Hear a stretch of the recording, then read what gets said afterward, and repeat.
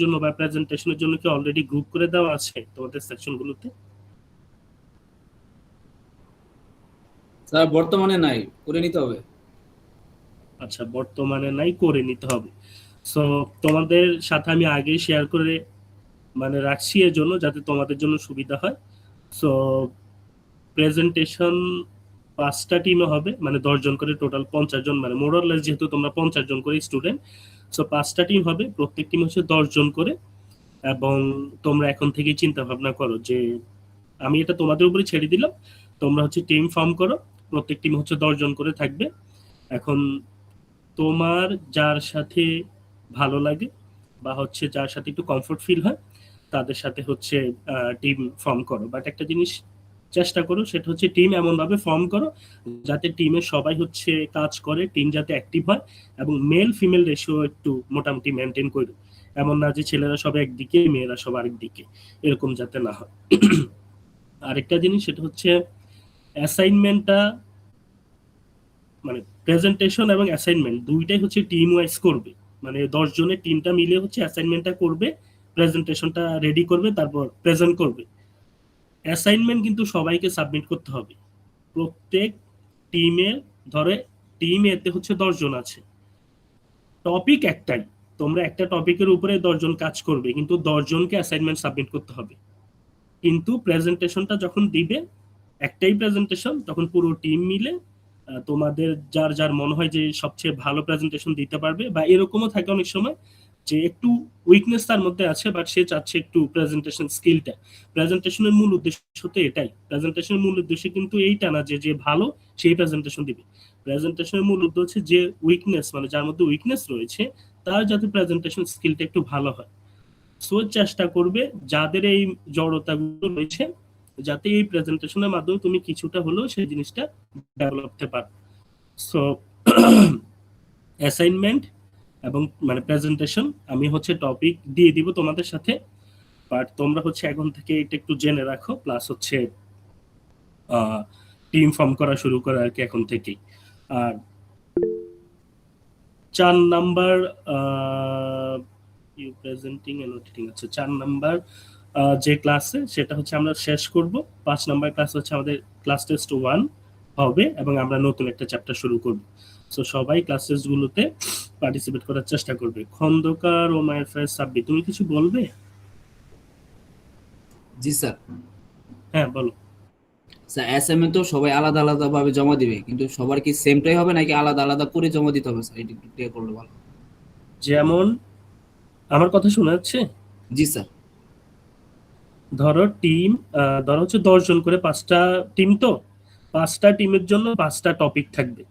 ধরো টিমের জন্য হচ্ছে একটা টপিক, তো তো এই 10 জন তো সাবমিট করবে কিন্তু টপিক একটাই।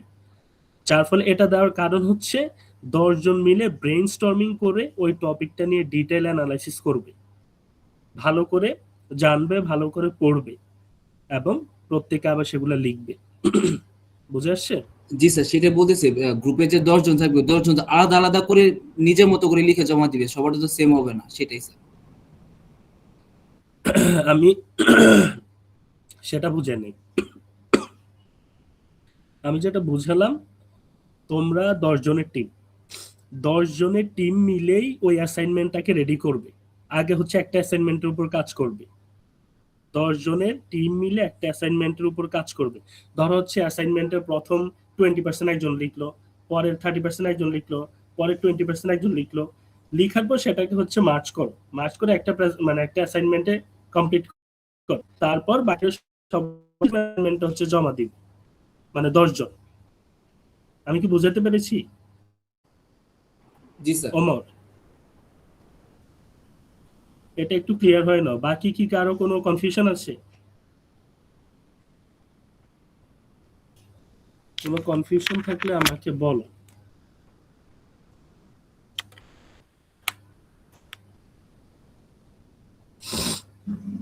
আচ্ছা, আই গেস কোনো কনফিউশন নাই, তাহলে আমরা হচ্ছে ইয়েতে টাইপ করি, রেকর্ড এখন শুরু করতে পারবো।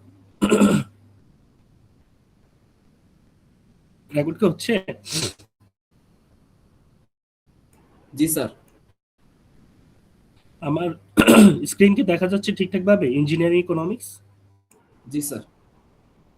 আচ্ছা, তা আমাদের এই কোর্স বা হচ্ছে কোর্স টাইটেল যেটাকে আমরা ইঞ্জিনিয়ারিং ইকোনমিক্স বলে জানি বা এটা পরিচিত, তো আমরা কিন্তু এটা নিয়ে অলরেডি বেসিক কিছু আলাপ আলোচনা করেছি, যে ইকোনমিক্স কি, অপরচুনিটি কস্ট কি, ইকোনমিক্সের ব্রাঞ্চগুলো কি কি, টাইম ভ্যালু অফ মানি কি, ইঞ্জিনিয়ারদের জন্য ইকোনমিক্স কেন প্রয়োজন, ইঞ্জিনিয়ারিং ইকোনমিক্স কি, রিটার্নস টু স্কেল কি, প্রোডাকশন পসিবিলিটি ফ্রন্টিয়ার কি, অনেক কিছু নিয়ে আমরা কথাবার্তা বলেছি, বেসিক জিনিসগুলো নিয়ে। তো সেটা ছিল ইন্ট্রোডাক্টরি আলোচনা। আমরা আজকে থেকে একটু ডিপ অ্যানালাইসিস বা একটু ডিপ ডিসকাশন করব। সো আজকে থেকে মোটামুটি আমাদের ইকোনমিক্সের যে যাত্রা সেটা ভালোভাবে শুরু আর কি। তো আজকে আমাদের যেই স্কোপ বা লেসন যে আউটলাইন, আমরা এখানে ইকোনমিক্সের ডেফিনেশন আমরা অলরেডি পড়েছি, তাও আমরা আরেকবার দেখব। স্কোপ অফ ইকোনমিক্স আমরা দেখব, ভেরিয়াস ইকোনমিক সিস্টেমসটাকে দেখব, ফান্ডামেন্টাল ইকোনমিক প্রবলেম দেখব, এবং সলভিং দ্য বেসিক প্রবলেম, আমরা কিভাবে ওই বেসিক প্রবলেমগুলোকে সলভ করি সেটা হচ্ছে দেখবো। এর পাশাপাশি আমরা ডিমান্ড সাপ্লাই, সাপ্লাই পুরোপুরি আজকে যাব না, আমরা ডিমান্ডের পার্টটা হচ্ছে কভার করার চেষ্টা করব। কেউ কি হ্যান্ড রেজ করেছে?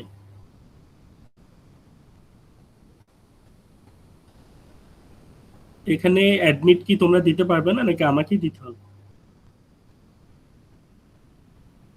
হ্যালো,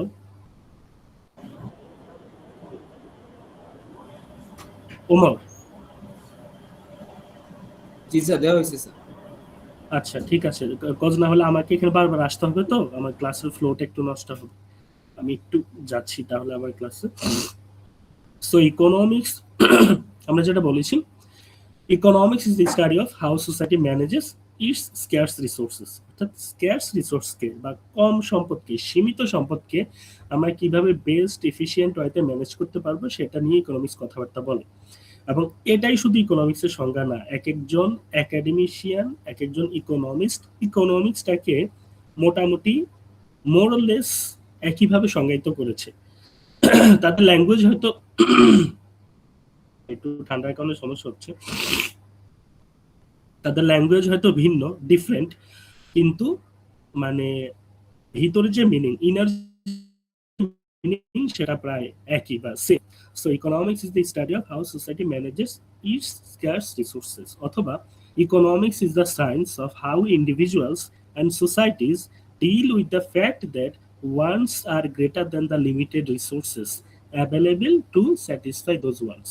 অর্থাৎ আমাদের যে ওয়ান্ট, আমাদের যে চাহিদা সেটা অনেক বেশি, কিছু চেয়ে বেশি, greater than the limited resource. আমার রিসোর্সের চেয়ে আমার ওয়ান্ট হচ্ছে বেশি, আমার চাহিদা বেশি, আমি অনেক কিছু প্রডিউস করতে চাই, কিন্তু সব কিছু প্রডিউস করার মতো ম্যাটেরিয়াল বা অ্যাসেট আমার কাছে নাই। যেমন আমার বাস্তবিক জীবনে তুমি খেয়াল করো, আমার অনেক কিছু কিনতে মন চায়, আমার অনেক কিছু কনজিউম করতে মন চায়, কিন্তু ওই লেভেলের, ওই সব কিছু ফুলফিল করার মতো টাকা পয়সা কিন্তু আমার কাছে থাকে না। সো তখন আমরা কি করি, ওই টাকা পয়সাটাকে এমন ভাবে ইউজ করি বা ম্যানেজ করি যাতে এটার ম্যাক্সিমাম ইউটিলিটি পাওয়া যায় বা হাইস্ট এফিসিয়েন্সি পাওয়া যায়। ওইভাবে আমরা হচ্ছে টাকাটাকে ম্যানেজ করি। In the same way economics কি করে, আনলিমিটেড ওয়ানকে ফুলফিল করার জন্য লিমিটেড অ্যাসেটকে বেস্ট এফিশিয়েন্ট ওয়েতে ম্যানেজ করে। স্কোপ অফ ইকোনমিক্স, আমি আবারও বলছি আজকের ক্লাস খুবই গুরুত্বপূর্ণ, সবাই একটু মনোযোগ সহকারে দেখো, কজ আজকে তুমি জিনিসগুলো যদি মিস করো তুমি কিন্তু পরবর্তীতে, মানে পরবর্তী যে লেকচারগুলো রয়েছে সেই লেকচারগুলো কিন্তু বুঝবে না বা সেগুলোতে কনসেন্ট্রেট করতে পারবে না। সো আজকের ক্লাসে হাইয়েস্ট কনসেন্ট্রেশন দেওয়া কি বল উপকারিতা রয়েছে আর কি। So there are two major fields of economics, আমরা যেটা বলেছি macro economics, micro economics. Micro মানে ছোট, বোঝাই যাচ্ছে।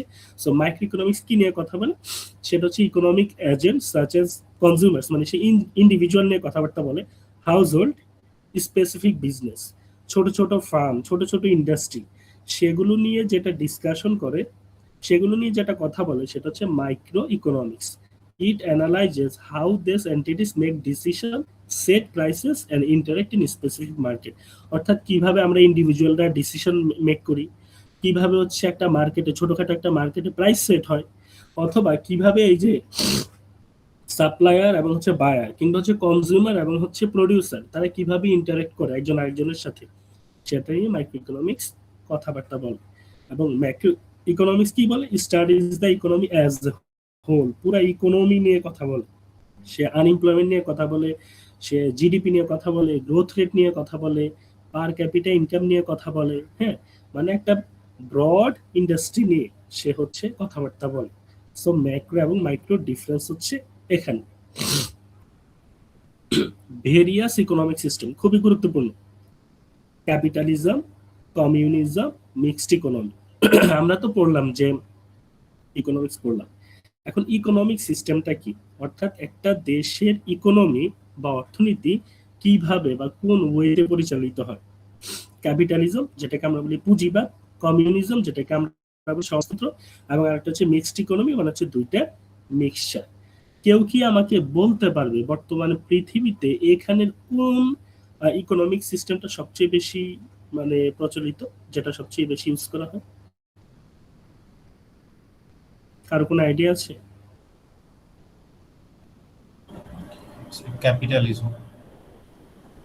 ক্যাপিটালিজম। অন্য কেউ? হ্যান্ডেস করা লাগবে না, তুমি বলো। Mixed economy. আর স্যার কোশ্চেনটা আরেকবার বললে ভালো হবে। মানে বর্তমান পৃথিবীতে কান্ট্রিগুলো কোন ইকোনমিক সিস্টেমটা বেশি ফলো করে বা কোনটা বেশি প্রচলিত? স্যার আমার মনে হয় যে আমেরিকা, ইউরোপ এরা ইউজ করে ক্যাপিটালিজম, আর রাশিয়া, চায়না কমিউনিজম ইউজ করে, এরকম। আচ্ছা, ঠিক আছে, সবার পার্টিসিপেট করার জন্য ধন্যবাদ। এখন আমি যেটা বলবো সেটা হচ্ছে বর্তমান পৃথিবীতে বেশিরভাগ দেশ হচ্ছে মিক্সড ইকোনমিটাকে ফলো করে। কেন ফলো করে আগে আমরা একটু পড়ি, তারপর আমরা বুঝতে পারবো। সো ক্যাপিটালিজম বা হচ্ছে পুঁজিবাদ, এই ক্যাপিটালিজম ধরা হয় মোটামুটি 1600 শতক থেকে, যখন হচ্ছে এই যে east India company, British east India company, এর পূর্বে ছিল ডাচ ইস্ট ইন্ডিয়া কোম্পানি, তারপর ছিল ফরাসি ইস্ট ইন্ডিয়া কোম্পানি। হ্যাঁ, আমরা ইস্ট ইন্ডিয়া কোম্পানি মানেই বুঝি হচ্ছে শুধু ব্রিটিশ ইস্ট ইন্ডিয়া কোম্পানি না, ডাচ ইস্ট ইন্ডিয়া কোম্পানি ছিল, ফরাসি ইস্ট ইন্ডিয়া কোম্পানি ছিল, হ্যাঁ, তারপর পর্তুগিজরা ছিল। এরাই মূলত ক্যাপিটালিজম বা পুঁজিবাদের সূচনা করেছে। Mayflower ship, if I am not, শিপে করে এই ব্রিটিশরা হচ্ছে তখন এই নিউ ওয়ার্ল্ডের দিকে করে, মানে তখন তাদের মধ্যে চিন্তা ভাবনা আসলো যে তারা নতুন নতুন জায়গায় যাবে, সেখানে কলোনি স্থাপন করবে, এবং সেই নিউ ওয়ার্ল্ড থেকে তারা হচ্ছে রিসোর্স গুলোকে কি কালেক্ট করবে। এজন্যই ব্রিটিশরা কি করে, প্রথম আমেরিকা নিউ জার্সিতে গিয়ে সেখানে হচ্ছে তাদের প্রথম কি কলোনি গড়ে তোলে। আর আমাদের এই মহাদেশ কোচিনের দিকে এবং আমাদের এইদিকে এসে ব্যবসায়ী যারা, তারা মূলত এদিকে কিছু কলোনি তারা স্থাপন করেছিল। এর পরবর্তী হিস্ট্রি তো আরো অনেক বিশাল। যাই হোক, তো মূলত ক্যাপিটালিজম যাত্রা হচ্ছে এভাবে বা পুঁজিবাদ। এবং দ্বিতীয় বিশ্বযুদ্ধের পর কিংবা হচ্ছে ইন্ডাস্ট্রিয়াল রেভলিউশন যখন ঘটলো, মানে শিল্প বিপ্লব ঘটলো, এই শিল্প বিপ্লবের যুগে ছিল ক্যাপিটালিজমের একদম সর্বোচ্চ শিখর। ওই সময়টাতেই পুঁজিবাদের সর্বোচ্চ একদম চর্চা হচ্ছিল পুরো পৃথিবীতে আর কি। একদিকে হচ্ছে ক্যাপিটালিজম, এদিকে আরেকদিকে হচ্ছে কমিউনিজম মানে সমাজতন্ত্র। একজন বলেছে যে ইউরোপ, আমেরিকা এই কান্ট্রিগুলো হচ্ছে ক্যাপিটালিজম ফলো করে, আর রাশিয়া, চীন এরা হচ্ছে কমিউনিজম ফলো করে। একটা সময় করতো, বাট এখন তাদের মধ্যে একটু ভ্যারিয়েশন এসেছে। আমরা একটু আগে পড়ি। সো ক্যাপিটালিজম বা পুঁজিবাদ, সেখানে প্রাইভেট ওনারশিপ, অর্থাৎ প্রত্যেক ব্যক্তির হচ্ছে ওনারশিপ রয়েছে। তারা চাইলে ইচ্ছা মতো অ্যাসেট কিনতে পারে, ল্যান্ড কিনতে পারে। হ্যাঁ, তারা যে কোনো ল্যান্ড হচ্ছে ওন করতে পারে। এই যে individual own resources. Free market, এখানে মার্কেট থাকে ফ্রি, অর্থাৎ যে প্রডিউসার সে ইচ্ছা মতো, তার কাছে যত টাকা পয়সা আছে সে প্রডিউস করতে পারে। যে কনজিউমার সে ইচ্ছা মতো টাকা ব্যয় করতে পারে, জিনিসপত্র কনজিউম করতে পারে, গুডস এন্ড সার্ভিসেস কনজিউম করতে পারে। এবং এখানে সরকারের কোনো নিয়ন্ত্রণ নাই, এজন্য এটাকে বলে ফ্রি মার্কেট ইকোনমি। সরকার এখানে কোনো হস্তক্ষেপ করতে পারে না। বায়ার এবং সেলার তারাই মূলত ইন্টারাকশনের মাধ্যমে, ইন্ডিভিজুয়াল হ্যান্ডের মাধ্যমে কি করে, ইকুইলিব্রিয়াম প্রাইস এবং ইকুইলিব্রিয়াম কোয়ান্টিটিটাকে নির্ধারণ করে। প্রফিট মোটিভ, ক্যাপিটালিজম বা পুঁজিবাদ এটা হচ্ছে প্রফিট মোটিভ, অর্থাৎ এখানে সবকিছু হচ্ছে প্রফিট। প্রফিট ছাড়া এখানে কোনো কিছু হয় না। এবং কম্পিটিশন, এখানে যেহেতু ফ্রি মার্কেট ইকোনমি থাকে, প্রচুর পরিমাণে বায়ার, প্রচুর পরিমাণে সেলার থাকে, এজন্য এখানে অনেক কম্পিটিশন থাকে। তো প্রস এন্ড কনগুলো আমরা দেখি, এটা ভালো খারাপ দিক কি। প্রস যদি আমরা দেখি, ইনোভেশন এন্ড গ্রোথ, যেহেতু এখানে অনেক কম্পিটিশন থাকে, এজন্য কি হয়, এখানে প্রচুর পরিমাণে ইনোভেশন হয়, গ্রোথ হয়। যেমন আমাদের ভার্সিটি মানে ড্যাফোডিল ইউনিভার্সিটির কথা যদি বলি, ইউনিভার্সিটির ভিতরে হচ্ছে দেখা গেলে তুমি যদি স্ন্যাক্স বা কোনো কিছু যদি খেতে চাও, সেখানে দোকান কিন্তু বেশি না, হয়তো 2-3টা। মানে দিকে গ্রিন গার্ডেন, ওইদিকে হচ্ছে ধরো কিওস্ক, আর ওইদিকে একটা, মানে আমি তোমাদের ক্যাম্পাস সম্পর্কে এখনো পুরোপুরি বিস্তারিত জানি না, বাট আমি যতটুকু দেখলাম খুব বেশি কিন্তু দোকান নেই। সেখানে কিন্তু কম্পিটিশন কিন্তু কম। কম্পিটিশন কম হওয়ার কারণে কিছু কিছু কি খাবারের দাম হয়তো একটু বেশি হতে পারে, বাট বাহিরে, ক্যাম্পাসের বাইরে কিন্তু অনেক দোকান, সেখানে কম্পিটিশন অনেক বেশি, যার ফলে প্রাইসিং যে মেকানিজম সেটা কিন্তু ওইভাবে ঠিক করা হয়, চাইলে ইচ্ছা মতো সে দাম সেট করতে পারবে না। আচ্ছা, কনজিউমার চয়েস। তো কনজিউমার চয়েস কি, মানে কনজিউমার ইচ্ছা মতো চাইলে সে যত ইচ্ছা সে ব্যয় করতে পারে। ওয়েলথ ইনইকুয়ালিটি, এটা হচ্ছে কম। এখানে যেহেতু যার কাছে টাকা পয়সা আছে, যার কাছে রিসোর্স রয়েছে, সে যেহেতু ইচ্ছে মতো কি বলে কনজিউম করতে পারে, উৎপাদন করতে পারে। যার কাছে টাকা পয়সা নাই, যার কাছে রিসোর্স নাই, সে কিন্তু এখানে একদম অবহেলিত। তো যার ফলে এখানে কি হয়, ওয়েলথ ইনইকুয়ালিটি দেখা দেয়, এবং হচ্ছে মার্কেট ফেলার দেখা দেয়। যেহেতু এখানে সরকারের নিয়ন্ত্রণ নাই, মাঝে মধ্যে প্রডিউসাররা কি করে, সে ইচ্ছা মতো পণ্য প্রডিউস করে, ইচ্ছা মতো প্রাইস সেট করে, মাঝে মধ্যে এটা হয়। মানে তারা ব্ল্যাক মার্কেটের মাধ্যমে এই জিনিসগুলো করে, যার ফলে এখানে কিন্তু মার্কেট ফেলার দেখা দেয়। আচ্ছা, এরপর কমিউনিজমে আসি, মানে সমাজতন্ত্র। এখানে কালেকটিভ ওনারশিপ, এখানে ব্যক্তিগত পর্যায়ে কেউ হচ্ছে রিসোর্স সে ওন করতে পারে না। এখানে সরকার হচ্ছে সকল কিছুর মালিক, এবং সরকার ব্যক্তিদেরকে প্রোভাইড করে। সেন্ট্রাল প্ল্যানিং, এখানে সবকিছু যেহেতু সরকার হচ্ছে নিয়ন্ত্রণ করে, এজন্য সরকারের মাধ্যমে সবকিছু প্ল্যানিং করা হয়, এবং স্টেটই ঠিক করে কোথায় কি বাজেট হবে না হবে, কে কতটুকু পাবে, মানে সবকিছু নিয়ন্ত্রণ করে হচ্ছে সেন্ট্রাল বডি। ক্লাসলেস সোসাইটি, সমাজতন্ত্রতে শ্রেণী বলতে কিছু নেই, মানে শ্রেণী বলতে কিছু নেই কি, যেমন আমাদের এই যে পুঁজিবাদী সমাজে উচ্চবিত্ত, মধ্যবিত্ত, নিম্নবিত্ত, বাট কমিউনিজম বলে যে না, এই ধরনের কোনো শ্রেণী থাকা যাবে না, থাকলে তো মানে হচ্ছে এখানে ইনইকুয়ালিটি, যার ফলে এখানে সবাই সমান। যদিও আলটিমেটলি সবাই সমান এই কনসেপ্ট নিয়ে বিতর্ক রয়েছে, বাট তারা স্বীকার করতে চায় যে এখানে সবাই সমান, সবার সমান অধিকার রয়েছে। ইকুয়াল ডিস্ট্রিবিউশন, যেহেতু এখানে সেন্ট্রাল প্ল্যানিং হয়, সবাই যেহেতু এখানে সমান, যার ফলে এখানে কি হয়, ইকুয়াল ডিস্ট্রিবিউশন হয়। প্রস এন্ড কনটা দেখি। রিডিউসড ইনইকুয়ালিটি, অর্থাৎ সেই ইনইকুয়ালিটি কমায়। ইউনিভার্সাল বেসিক নিডস, যেহেতু এখানে সবাই সমান, যেহেতু এখানে কোনো ক্লাস নেই, এজন্য সবার বেসিক নিডস হচ্ছে কি same, universal basic needs. Cons কি, লো ইনসেন্টিভ, যেহেতু এখানে ব্যক্তিগত পর্যায়ে সম্পদ বা রিসোর্স হচ্ছে ওন করতে পারে না, যার ফলে একজন প্রডিউসার তখন চিন্তা ভাবনা করে আমি কেন জিনিসপত্র প্রডিউস করব, বা কেন আমি ওটা সেল করব, যেহেতু সরকার এখানে সবকিছু নিয়ন্ত্রক, আমার তো এখানে কোনো ভূমিকা নেই, আমার এখানে কম ভূমিকা। তো যার ফলে এখানে মানুষজনের মধ্যে একটু লো ইনসেন্টিভ থাকে, এবং হচ্ছে ইনএফিসিয়েন্সি দেখা দেয় মাঝে মধ্যে। কেন ইনএফিসিয়েন্সি দেখা দেয়, কারণ সব সময় সেন্ট্রাল প্ল্যানিং এর মাধ্যমে গভর্নমেন্ট চাইলেই সবকিছু করতে পারে না, বা করলেও সেখানে এফিসিয়েন্সির অনেক ঘাটতি দেখা দেয়। মিক্সড ইকোনমি, ক্যাপিটালিজম এবং কমিউনিজম দুইটার মিক্সচার, এই দুইটাকে বলা হয় মিক্সড ইকোনমি। এবং বর্তমান পৃথিবীতে মিক্সড ইকোনমি হচ্ছে সবচেয়ে বেশি ফলো করা হয়। ক্যাপিটালিজম একটা সময় ছিল যে ইউরোপ, আমেরিকা, এই কান্ট্রিগুলো হচ্ছে ক্যাপিটালিজম ফলো করতো। Russia, China, Venezuela, Cuba, Vietnam, এগুলো কমিউনিজম ফলো করতো। বাট তারা দেখলো যে পুরোপুরি একসেন্ট্রিক হয়ে লাভ নেই, দুইটারই দরকার আছে।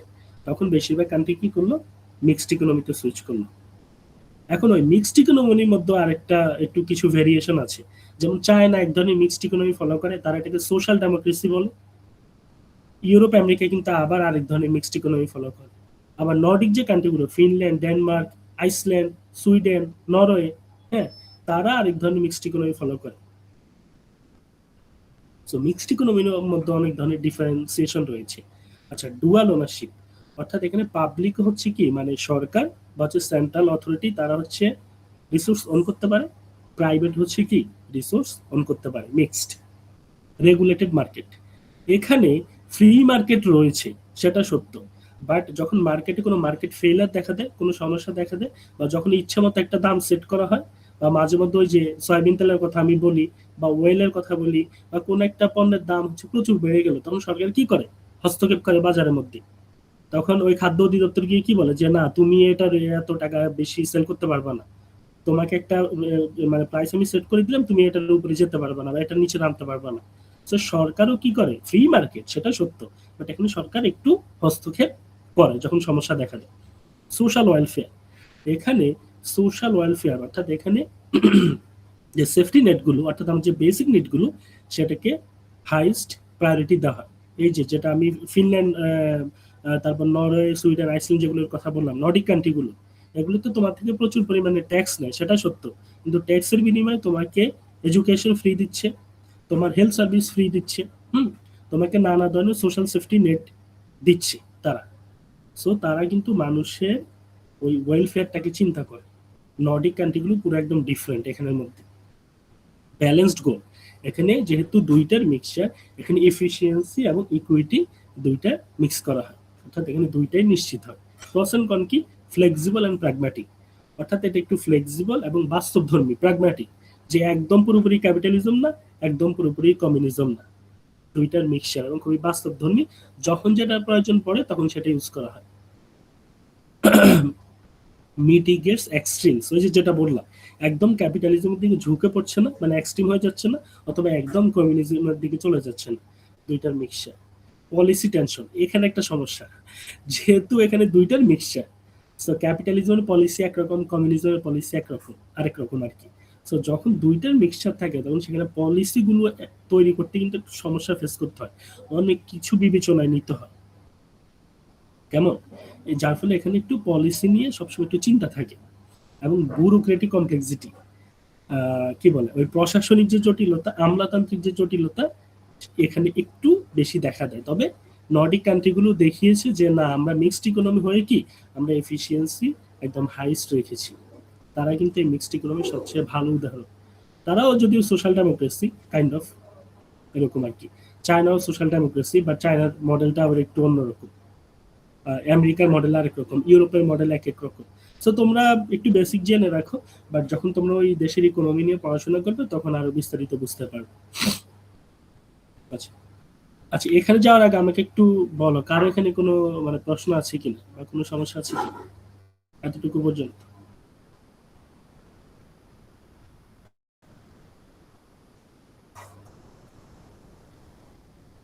কোনো প্রশ্ন আছে বা কোনো জিজ্ঞাসা আছে? না স্যার। থাকলে অবশ্যই বলবে, এখানে লজ্জার কিছু নেই। আমি সবসময় যেটা স্টুডেন্টদেরকে বলি, আমি সবসময় মোটিভেট করি প্রশ্ন করার জন্য। ব্যাপারটা এরকম না যে আমি দুনিয়া সব জানি, আমার মধ্যেও জানার ঘাটতি রয়েছে, আমি না জানলে আমি জেনে তোমাকে বলবো, কিন্তু তুমি প্রশ্ন করতে কখনো ভয় পাবা না। আমাদের মনে আছে আমার ইউনিভার্সিটিতে একজন টিচার ছিল, মানে ওনার ওখানে প্রশ্ন করতে স্টুডেন্টরা ভয় পেত। কেন ভয় পাবে? স্টুডেন্টরা তো আসলে এখানে জানার জন্য। স্টুডেন্ট যদি টিচারকে ভয় পায়, সেখানে কিন্তু মানে এফিসিয়েন্সি, আমরা তো এই যে ইকোনমিক্স পড়ছি, আমরা তো এফিসিয়েন্সি নিয়ে কথাবার্তা বলছি, তো সেখানে কিন্তু এফিসিয়েন্সি বা কি বলে রিসোর্সের যে ইউটিলাইজেশন, সেটা কিন্তু হচ্ছে না। সেখানে ভয় পাওয়ার কিছু নাই, লজ্জার কিছু নাই। তুমি নাই বুঝতে পারো, তুমি নাই জানতে পারো, তুমি প্রশ্ন করবে। তুমি না বুঝলে আমি তোমাকে 10 আমার বার একটা বোঝাবো, আমি কোশ্চেন ছিল তোমাকে স্যার। 100 বার বোঝাবো, কিন্তু তুমি প্রশ্ন করবে। হ্যাঁ, শিওর। স্যার বাংলাদেশে স্যার ওপেন মার্কেটিং এ একটা ভালো পদক্ষেপ নিছে, মানে এটা কেমন, মানে স্যার এটা কি বুঝায় এটাই আর কি স্যার? কি ধরনের ভালো পদক্ষেপ নিল, মানে তুমি কোনটা বলতে চাচ্ছ? মানে স্যার ওপেন মার্কেটিং এ স্যার যে কেউ চাইলে হচ্ছে নিজের হচ্ছে ইয়া করতে পারে, রাস্তায় বসে বসতে পারে এমন আর কি, মানে মার্কেট খুলতে পারে, অন্য দেশ থেকে কেউ এসে বাংলাদেশে ইজিলি বিজনেস করতে পারে। তো এটা কি স্যার ভালো দিক আছে বা খারাপ দিক কোনো কিছু? আচ্ছা, ওপেন মার্কেট ইকোনমি মানে এই না যে এখানে যে কেউ বাজার খুলতে পারবে বা বাইরে থেকে ব্যবসা করতে পারবে। ওপেন মার্কেট ইকোনমিটা ডিফারেন্ট, মানে এইটা না। ওপেন মার্কেট ইকোনমি বোঝাচ্ছে যে মানে এটা অনেক বিস্তারিত, বাট আমি যদি তোমাকে ছোট করে বলি, সেখানে হচ্ছে এখানে বায়ার এবং সেলার অর্থাৎ প্রডিউসার এবং হচ্ছে যে কনজিউমার, এখানে তাদের ইচ্ছা মতো ইন্টারাকশন, তাদের ইন্টারাকশন অনুযায়ী এখানে ইকুইলিব্রিয়াম প্রাইস এবং কোয়ান্টিটি। অর্থাৎ আমি এই যে আমি বলি না যে 1 কেজি আলুর দাম এত টাকা, 1 কেজি মসুরের ডাল এত টাকা, এটা কিভাবে সেট হয়? ওই যে প্রোডিউসার এবং হচ্ছে কনজিউমার, তাদের ইন্টারাকশনের মাধ্যমে প্রাইসটা এবং কোয়ান্টিটিটা সেট হয়। এটা হচ্ছে ওপেন মার্কেট ইকোনমি, এবং এইখানে গভর্নমেন্টের কোনো ইন্টারাকশন থাকে না। আর লাস্টে যেটা বললে সেটা হচ্ছে বাংলাদেশ এই ধরনের পলিসি নিল, সেটা কতটুকু ভালো হলো। সো ভালো খারাপ যে কি বলে মেজার, এটা পলিসি অ্যানালিস্ট যারা তারা অবশ্যই করবে। বাট আমি তোমাকে একটা মজার বিষয় জানিয়ে রাখি, সেটা হচ্ছে বাংলাদেশ কিন্তু মানে আমি যদি বলি বাংলাদেশ বাহিরের যে ইনভেস্টর, মানে যারা এখানে ব্যবসা করবে, তাদের জন্য কিন্তু খুব বেশি ফ্রেন্ডলি না, স্টিল ফ্রেন্ডলি না।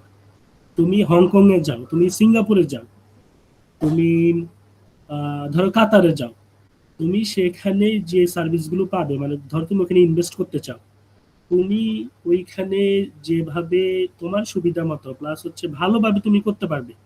বাংলাদেশে কিন্তু ব্যুরোক্রেটিক প্রসেসগুলো খুবই জটিল। যদিও তত্ত্বাবধায়ক সরকারের সময়, মানে গত ইন্টারিম সরকারের সময় ওয়ান স্টপ সলিউশন নামে বিডা, মানে বাংলাদেশ ইনভেস্টমেন্ট ডেভেলপমেন্ট অথরিটি, তার একটা ওয়ান স্টপ সলিউশন নিয়ে এসেছিল। But at the end of the day মানে খুব বেশি কার্যকরী কিন্তু হয়নি এখন পর্যন্ত। সো আমি বাংলাদেশ ফরেন ট্রেড ইনস্টিটিউটে কাজ করেছিলাম, সো আমি জানি ভিতরে কাহিনীগুলো কি। অনেক কঠিন, অনেক জটিল বাংলাদেশে ব্যবসা করা। এবং আরেকটা জিনিস যেটা, সেটা হচ্ছে আমাদের মানে ব্যবসায়ী যারা, তাদের তো হচ্ছে ইলেকট্রিসিটি লাগে প্রডিউস করতে, গ্যাস লাগে। তো গ্যাস এবং ইলেকট্রিসিটির কিন্তু এনাফ সাপ্লাই কিন্তু এখানে নেই, বারবার কিন্তু প্রোডাকশন হ্যাম্পার হচ্ছে। সো গভর্নমেন্টের দিক থেকেও যেরকম ইস্যু আছে, রিসোর্সের ইস্যু আছে, আবার ইনভেস্টর যারা, তাদের দিক থেকেও কিছু ইস্যু আছে। বাট খুব বেশি ফ্রেন্ডলি না বাংলাদেশ ইনভেস্ট করার মতো। বাট আমরা আশাবাদী যে সরকার যদি এটাকে ফ্রেন্ডলি করতে চায় বা করে, অবভিয়াসলি আমাদের জন্যই ভালো, বাংলাদেশের জন্য ভালো। কেমন? জি স্যার, বুঝতে থ্যাংক ইউ। পেরেছো? জি স্যার। আমি একটু নেক্সট ইয়েতে যাই। ফান্ডামেন্টাল ইকোনমিক প্রবলেম, অর্থাৎ প্রত্যেকটা ইকোনমিতে কিছু বেসিক সমস্যা থাকে, যে হোয়াট টু প্রডিউস, অর্থাৎ আমি কি প্রডিউস করব। আমার তো অনেক কিছু প্রডিউস করার মতো রয়েছে, কিন্তু আমি কোনগুলোকে বেশি প্রায়োরিটি দিব বা কোনগুলো আমার দরকার। হাউ টু প্রডিউস, আমি কিভাবে সেগুলোকে প্রডিউস করব। এবং লাস্ট হচ্ছে ফর হোম টু প্রডিউস, আমি কার জন্য এগুলো প্রডিউস করব। সো এই তিনটা ইকোনমিক প্রবলেম প্রত্যেকটা সোসাইটি ইনিশিয়ালি ফেস করে। তার কাছে রিসোর্স রয়েছে, তার জানতে হবে তার এই রিসোর্সগুলো ব্যবহার করে সে কি প্রডিউস করবে। আচ্ছা বুঝলাম এটা প্রডিউস করবে, কিন্তু কিভাবে করবে? আচ্ছা বুঝলাম যে এভাবে করবে, কিন্তু কার জন্য করবে? অবভিয়াসলি জনগণের জন্য। বাট এই জিনিসগুলোকে ফিক্সেশন করতে হবে। আচ্ছা, হোয়াট টু প্রডিউস বলতে কি বোঝায়? No country can produce all the goods because there are limited resources available to them. স্বাভাবিক, একটা কান্ট্রি চাইলে ইচ্ছা মতো সব কিছু প্রডিউস করতে পারে না, তার কাছে লিমিটেড রিসোর্স রয়েছে। সো তাকে চয়েস মেক করতে হয়, তাকে ডিসিশন মেক করতে হয় ডিফারেন্ট টাইপস অফ কমোডিটিস, অর্থাৎ কোন কোন কমোডিটি গুলো বা কোন কোন সার্ভিস সে হচ্ছে কি প্রডিউস করবে। For instance, a farmer who has a piece of land can produce either wheat or rice. অর্থাৎ একজন ফার্মার, তার এক পিস ধরো ল্যান্ড রয়েছে, সে চাইলে এখানে গম কিংবা রাইস, ধান, হ্যাঁ, সে হচ্ছে প্রডিউস করতে পারে, কিন্তু তাকে ঠিক করতে হবে সে কোনটা করবে। সে চাইলে দুইটা একই সাথে করতে পারবে না। এরকম একটা সরকারও একই সিচুয়েশন ফেস করে, সে চাইলে সব কিছু প্রডিউস করতে পারবে না, তাকে একটা লিস্ট করতে হবে, তাকে বুঝতে হবে কোন কোন প্রোডাক্টগুলো তাকে প্রডিউস করতে হবে। আচ্ছা, একটা হেডসআপ দিয়ে রাখি, সেটা হচ্ছে স্লাইডে কিন্তু সবকিছু না। অনেকে মনে করে যে আমি স্লাইড পরে পরীক্ষা দিব, স্লাইড পরে পরীক্ষা দেওয়া যায়, পরীক্ষা পাস করা যায়, সেটা কোনো ব্যাপার না। বাট বুঝতে হলে, কোনো একটা টপিক বুঝতে হলে, সেটার ইমপ্লিকেশন জানতে হলে বই পড়া কিন্তু জরুরি। সো বিএলসি যে প্ল্যাটফর্মটা, সেটাতে তোমাদেরকে অ্যাক্সেস দেওয়া হবে শীঘ্রই। তো সেখানে সব রিসোর্স হচ্ছে আমরা অ্যাড করে দিব, এবং বইয়ের লিস্টও থাকবে। স্লাইডের পাশাপাশি বই পড়ার চেষ্টা করবে। এটা আমার পার্সোনাল রিকমেন্ডেশন, আমি যখন ইউনিভার্সিটি লাইফে ছিলাম, আমার কাছে মনে হয়েছে আমরা যারা বই পড়েছি স্লাইডের পাশাপাশি, তাদের জানার দক্ষতা, তাদের একাডেমিক রেজাল্ট অন্যদের চেয়ে বরাবরই ভালো। তো বই পড়ার কিন্তু প্রয়োজনীয়তা আছে। স্লাইড পড়ে তুমি বেসিক বুঝতে পারবে, বাট বই তোমাকে পড়তে হবে। ইকোনমিক্স পড়তে গেলে অনেকে একটু বিরক্ত হয়, কারণ বইগুলো একটু বড় বড়, মানে অনেক টপিকগুলো অনেক বড় বড়, গল্পের ভাষায় লেখা, বাট তোমাকে ওই গল্পই পড়তে হবে, বুঝতে হবে, এটা একটু জরুরি। আচ্ছা, হাউ টু প্রডিউস। সো আমি কিভাবে প্রডিউস করব? আমি তো বুঝলাম যে আমাকে এই এই কমোডিটি, এই এই সার্ভিস আমাকে প্রডিউস করতে হবে। এখন আমাকে কিভাবে, মানে আমি এগুলো কিভাবে করবো? আমি কি লেবার ইন্টেন্সিভ ওয়েতে করব, মানে আমি কি প্রচুর পরিমাণে লেবার হায়ার করব, নাকি আমি ক্যাপিটাল ইন্টেন্সিভ টেকনিকে করব, নাকি আমি প্রচুর পরিমাণে মেশিনারি ইউজ করবো এখানের মধ্যে? ধরো বাংলাদেশের আরএনজি যদি আমরা উদাহরণ দিই, রেডিমেড গার্মেন্টস, এখানে কিন্তু প্রচুর পরিমাণে ফিমেল লেবার কাজ করে, প্লাস মেল লেবাররাও রয়েছে। সেটাই কিন্তু labour based industry RNG, readymade garments. But আমাদের ধরো কার ইন্ডাস্ট্রির কথা চিন্তা করো, এখানে লেবারের পাশাপাশি কিন্তু অনেক heavy tools, machinery, equipment, robotic hand কাজ করে। সো এইটা কিন্তু এক্সটেন্সিভ মেশিনারি ইউজ করা এখানে মধ্যে। তোমরা তো সিএসসি কম্পিউটার সায়েন্স, মানে তোমাদের তো আমি যদি তোমাদের দিক থেকে উদাহরণ দিই, ধর হচ্ছে ওই যে আমি সবসময় সিলিকন চিপের কথা বলি। সিলিকন চিপ কিন্তু ওই মানুষ হাত দিয়ে এরকম এরকম ফিট করে না, সিলিকন চিপ কিন্তু ওই রোবোটিক হ্যান্ডগুলোয় কাজ করে। আমি একদিন মাইক্রনের একটা দেখছিলাম ইউটিউবের মধ্যে, মানে তাদের প্রোডাকশন ফ্যাসিলিটিস গুলো কিরকম। মাইক্রন নিয়ে বিশাল একটা ডকুমেন্টারি আছে ইউটিউবের মধ্যে। আমি দেখলাম এখানে এত সূক্ষ্মভাবে চিপগুলোকে ফ্যাব্রিকেশন করে, আনইমাজিনেবল। সো এখানে প্রত্যেকটা প্রসেস কিন্তু মানে মানুষের হাতের স্পর্শ ছাড়া হয় সিলিকন চিপে। এবং এটা এত ক্ষুদ্র, তোমরা তো আমার থেকে ভালো জানো, এটা এত ক্ষুদ্র আসলে মানুষ এগুলো করতে পারবে না। সো যখন ওই যে ধরো রেয়ার আর্থ ম্যাটেরিয়াল গুলো পায়, সিলিকন গুলো কালেক্ট করে, এরপর এএসএমএল মানে যেটা হচ্ছে চিপ ফ্যাব্রিকেশন করে নেদারল্যান্ডের কোম্পানি, সেগুলো এই ফ্যাব্রিকেশন মেশিনটাকে তৈরি করে খুব সূক্ষ্ম ওয়েতে চিপটাকে কিন্তু ডিজাইন করে। সিবি মেশিনারি বেসড, বাংলাদেশে উল্কাসেমি তারা চিপ নিয়ে কাজ করে। সো এই ইন্ডাস্ট্রিগুলো কিন্তু মেশিনারি বেসড, তারা লেবার বেসড কম। সো এজন্যই প্রত্যেকটা প্রোডাক্ট বা সার্ভিস তার ধরন অনুযায়ী সেটা সেট করা হয়, সে কি লেবার বেসড হবে নাকি মেশিনারি বেসড বা ক্যাপিটাল ইন্টেন্সিভ হবে। ফর হোম টু প্রডিউস, আমি কার জন্য উৎপাদন করব? স্বাভাবিক অল ওয়ান্টস অফ পিপল, অর্থাৎ আমার সোসাইটিতে যে মানুষজন রয়েছে, আমাদের সিটিজেন যারা রয়েছে, তাদের জন্য আমি হচ্ছে প্রডিউস করব। So decision has to be made on who should get the amount of total output of goods and service produce, অর্থাৎ কারা পাচ্ছে, এটা আমি কার জন্য উৎপাদন করছি। Society decides on the amount of luxury and standard goods that have to B produced, অর্থাৎ society নির্ধারণ করবে আমি কি প্রচুর পরিমাণে লাক্সারি গুডস প্রডিউস করব, নাকি হচ্ছে আমার স্ট্যান্ডার্ড গুডস, অর্থাৎ আমার বেসিক যে জিনিসগুলো দরকার, যে গুডস এন্ড সার্ভিসেস দরকার, আমি সেটা বেশি উৎপাদন করব। স্বাভাবিক ওয়েস্টার্ন সোসাইটিতে তারা যেহেতু একটু লাক্সারি বেসড, তারা প্রচুর পরিমাণে লাক্সারি প্রোডাক্ট প্রডিউস করে। আর আমাদের যে ডেভেলপিং কান্ট্রিগুলো, সেগুলো কি করে, স্ট্যান্ডার্ড বা ডেইলি নেসেসিটির যে প্রোডাক্টগুলো বেশি দরকার সেগুলো বেশি উৎপাদন করে। সো এক এক সোসাইটিতে এক এক রকম ভাবে ডিসিশন মেক করতে হয়। How market mechanism solve the basic problems, অর্থাৎ আমি তো পড়লাম যে এগুলো হচ্ছে বেসিক প্রবলেম, সলিউশন কিছু হালকা পাতলা আমরা জেনেছি, বাট মার্কেট মেকানিজমটা এখানে কিভাবে কাজ করে। So all the three kinds of economics, capitalistic, socialistic, মানে যেটাকে কমিউনিজম বলা হয়, বাট যদি একটু ডিফারেন্স আছে সোশ্যালিস্টিক এবং কমিউনিজমের মধ্যে, অ্যান্ড মিক্সড ইকোনমি, এই তিনটাকে যদি আমরা একটু ব্যাখ্যা করতে চাই, আমরা ফ্রি প্রাইস মেকানিজম এবং হচ্ছে কন্ট্রোল প্রাইস সিস্টেম, এটা নিয়ে একটু কথাবার্তা বলবো। কারো কি ফ্রি প্রাইস মেকানিজম এবং কন্ট্রোল প্রাইস সিস্টেম এই দুটো নিয়ে আইডিয়া আছে? আরো কিছু মানে এটা কোনো জানার কিছু আছে? কেউ কি কিছু জানে এই দুটো নিয়ে?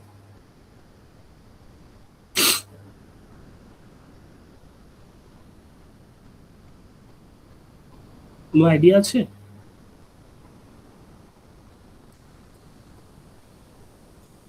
স্যার ভ্যাকসিনেশন হইতে পারে, মানে ফ্রি কাইন্ড মেকানিজম যেটা, আর কন্ট্রোল যেটা স্যার এটা হয়তো হইতে পারে। কয়েকদিন আগে অকটেনের একটা বিষয় গেল স্যার, ওইটা হইতে পারে, এমন কি কিছু স্যার? আচ্ছা ঠিক আছে, অন্য কেউ?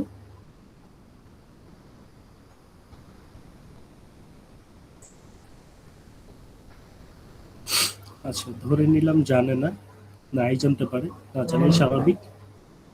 তো ফ্রি প্রাইস মেকানিজম, ভালো করে পয়েন্টটা পড়ো। ফ্রি প্রাইস মেকানিজম অর্থাৎ প্রাইসটা হচ্ছে এখানে ফ্রিলি মুভ করে।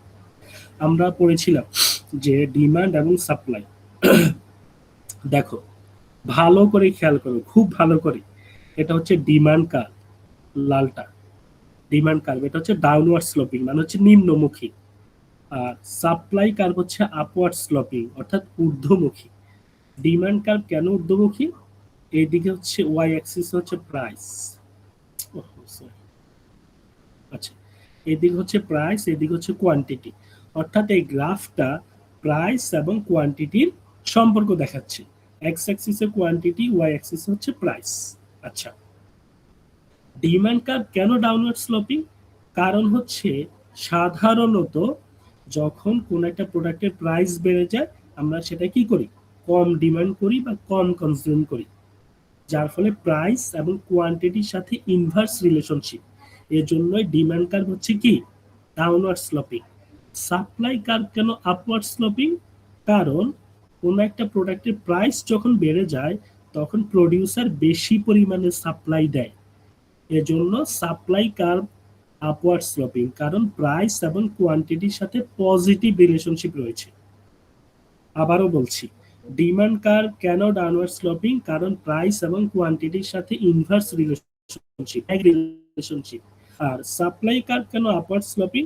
কারণ প্রাইস বেড়ে গেলে একটা প্রোডাক্টের প্রাইস যদি বেড়ে যায় তাহলে সাপ্লায়ার বা প্রোডিউসার সে বেশি পরিমাণে সাপ্লাই দেয়, যার ফলে পজিটিভ রিলেশনশিপ রয়েছে এবং এর জন্য হচ্ছে আপওয়ার্ড স্লোপিং। আচ্ছা কেউ কি আমাকে বলবে প্রাইস এবং কোয়ান্টিটি এই দুইটার মধ্যে কোনটা ডিপেন্ডেন্ট ভেরিয়েবল, কোনটা independent variable?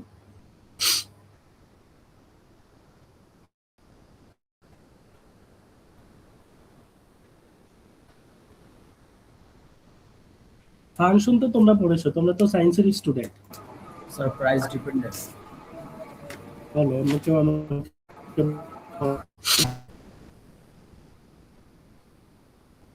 Quantity independent.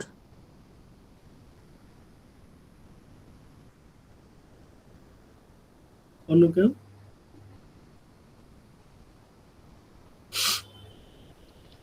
Sir quantity বেশি হলে প্রাইস কমে যায়, সো বলাই যায় যে কোয়ান্টিটি হচ্ছে ইন্ডিপেন্ডেন্ট আর প্রাইস হচ্ছে ডিপেন্ডেন্ট। আচ্ছা ঠিক আছে, আমি ইকোনমিক কনসেপ্টে বলি। ইকোনমিক্সে সাধারণত প্রাইস দেখে কোয়ান্টিটি মানে সেট করা হয়, ঠিক আছে? প্রাইসের উপর ডিপেন্ড করে হচ্ছে একজন কনজিউমার প্রোডিউসার হচ্ছে বিহেভ করে। এজন্য আমি কিন্তু বারবার বলছিলাম প্রাইস বেড়ে গেলে আমরা কম কনজিউম করি এবং প্রাইস বেড়ে গেলে সাপ্লায়ার বেশি পরিমাণে সাপ্লাই দেয়। আমি কিন্তু বারবার বলছিলাম প্রাইসের দিকে তাকিয়ে কোয়ান্টিটিটাকে দেখা হচ্ছে। তার মানে কে ডিপেন্ডেন্ট কে ইন্ডিপেন্ডেন্ট বলো? স্যার এই ক্ষেত্রে তো স্যার প্রাইস ইন্ডিপেন্ডেন্ট হয়ে গেল। হ্যাঁ, এখন আমাকে বলো ম্যাথমেটিক্যাল টার্মে ইন্ডিপেন্ডেন্ট ভেরিয়েবল হচ্ছে এক্স অ্যাক্সিসে থাকে, বাট এখানে ইন্ডিপেন্ডেন্ট ভেরিয়েবল কেন ওয়াই অ্যাক্সিসে? আর কোনো আইডিয়া আছে? Y equal to f of x না? তো সেখানে কি ডিপেন্ডেন্ট ভেরিয়েবল ইন্ডিপেন্ডেন্ট ভেরিয়েবল কোনটা? Y dependent variable, x independent variable. So x থাকে হরিজন্টাল অ্যাক্সিসে, ডিপেন্ডেন্ট ভেরিয়েবল থাকে ওয়াই অ্যাক্সিসে, এখানে কেন উল্টো? What is the reason? Any idea?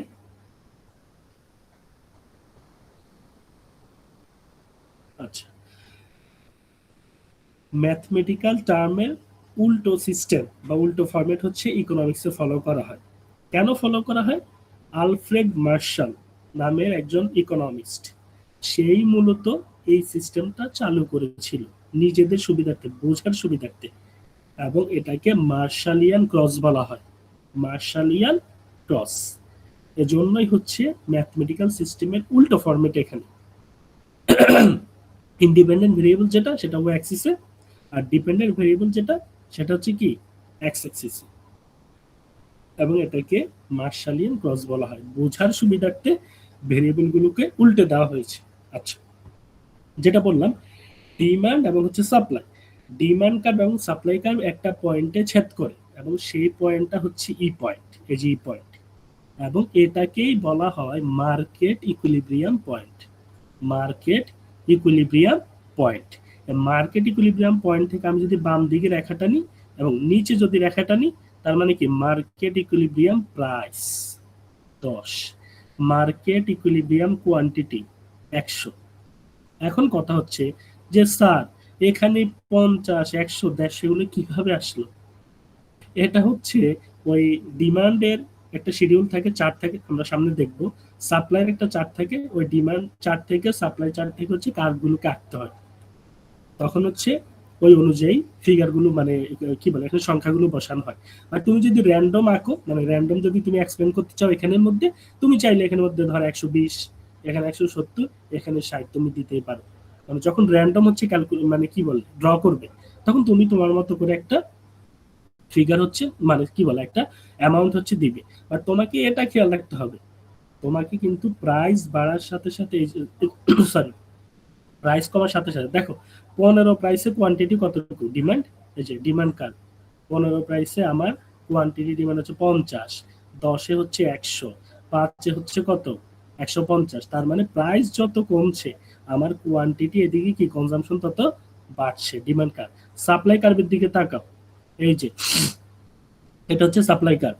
তো 5 মানে যখন 5 টাকা তখন সাপ্লাই হচ্ছে 50, যখন 10 তখন সাপ্লাই হচ্ছে 100, যখন 15 তখন সাপ্লাই হচ্ছে কত 150। তার মানে সাপ্লাই হচ্ছে কি প্রাইসের সাথে পজিটিভ, ডিমান্ড হচ্ছে নেগেটিভ।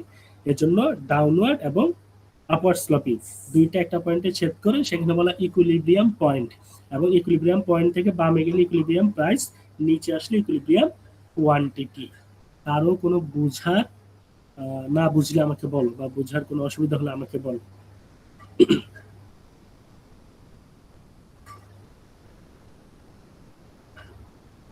আমি কি ধরে নিব সবাই বুঝলো? আচ্ছা, যদি সবাই বুঝেই থাকে, এখন এটা তো গেলে ইকুইলিব্রিয়াম প্রাইস, ইকুইলিব্রিয়াম কোয়ান্টিটি, যেটা বললাম এটা অদৃশ্য হাতের মতো কাজ করে। এটাকে বলা হয় invisible hand. Invisible hand. Adam Smith নামক একজন ইকোনমিস্ট, যাকে ইকোনমিক্সের ফাদার বলা হয়, সে মূলত এই কনসেপ্টটা চালু করেছিল। বাট এটাকে বলা হয় মার্শালিয়ান ক্লজ। আচ্ছা, তো ধরো ফ্রি প্রাইস মেকানিজম বলতে আমরা কি বুঝি?